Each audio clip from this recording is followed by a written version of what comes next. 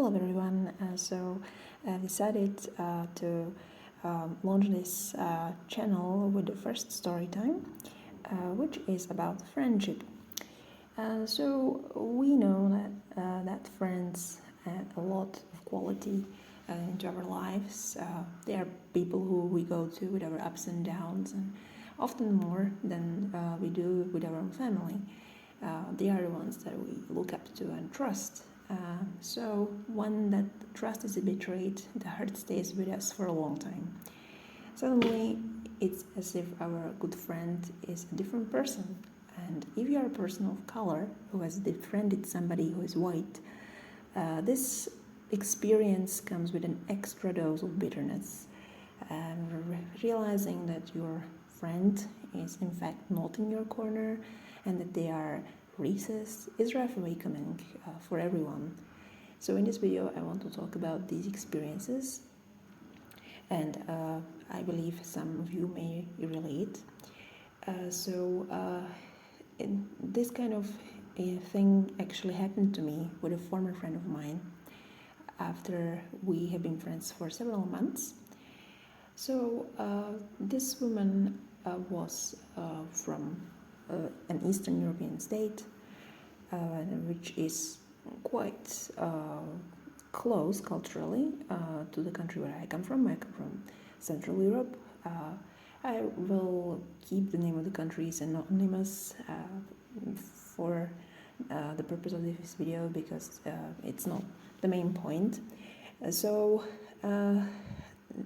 Just to give you a bit of backstory, we both lived in London at the time, and we became friends when we bumped into each other on one occasion when we both went to a concert. She seemed as a very nice person at the time. I liked that she was a culture seeker like me, because it's quite hard to find people who are into cultural events more than clubbing these days, and definitely when I lived in London. So I was really happy to find a kindred spirit, or so I thought. So we began to hang out, and we met for drinks and to go for a walk, just usual stuff that you do with your friends. So after a couple of meetings, she started to make these random comments. For example, on one occasion, when she was house hunting, I asked her how it was going. So she started talking and mentioning properties that she viewed in different neighborhoods. And all of a sudden, she said that she would never live in the northern part of town because she, quote, hated it. At the time, I was not aware of her mindset, so even though it surprised me with how much negativity she said that, I did not make anything of it. On another occasion, however, her comments started to raise my eyebrows. So we were talking about work and how she once got in trouble when she said a joke with racial undertones, let's put it that way. So they made her apologize, which she was not happy about, because according to her it was fine, and her black colleague was not offended by that when she asked him.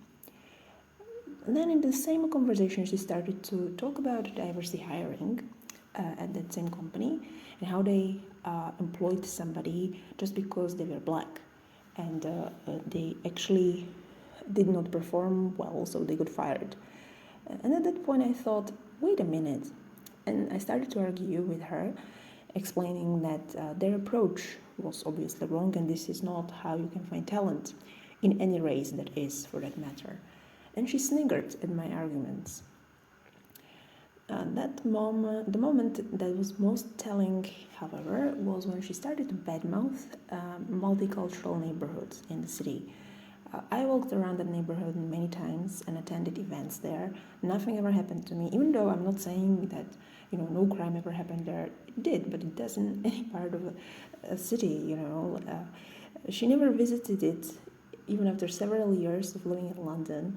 Yet she told me with conviction that it was the kind of place where they would steal your wallet or phone while you were walking on the street, and that she would never ever go there.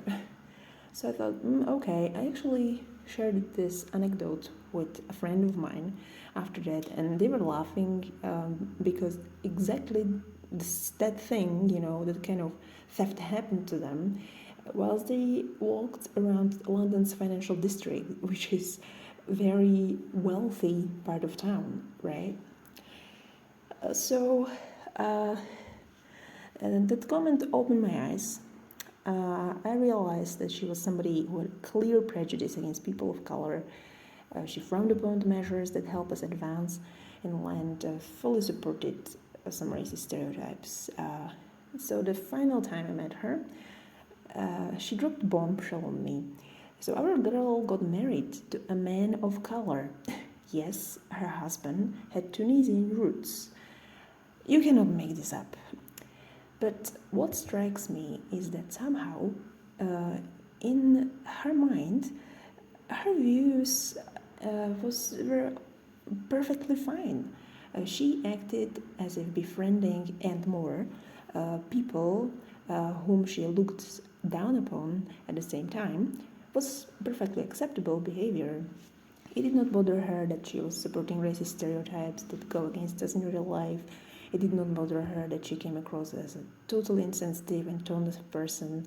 She was fine with the fact that she contributed towards undermining and discrimination. And I'm sure she expected that all this would be fine with me. Well, no. I never got in touch with her again after that, and she did not contact me neither. And looking back, this taught me, that you should never be oblivious to these little red flags that come up during your conversations with white friends. I think that as people of color, we've cut them enough slack, and often what we got back was not them trying to be more understanding and respectful. They simply grew more confident about how far they can push us. So I say, let's stop that. Enough of being unproblematic and the one who never complains. From now on, or from, that moment on, I look at my white friends like this. Stop with racist trash talk, if you happen to do this, or you're no longer my friend. End of story. Okay, so that's all. Feel free to let me know your thoughts. Thanks for listening.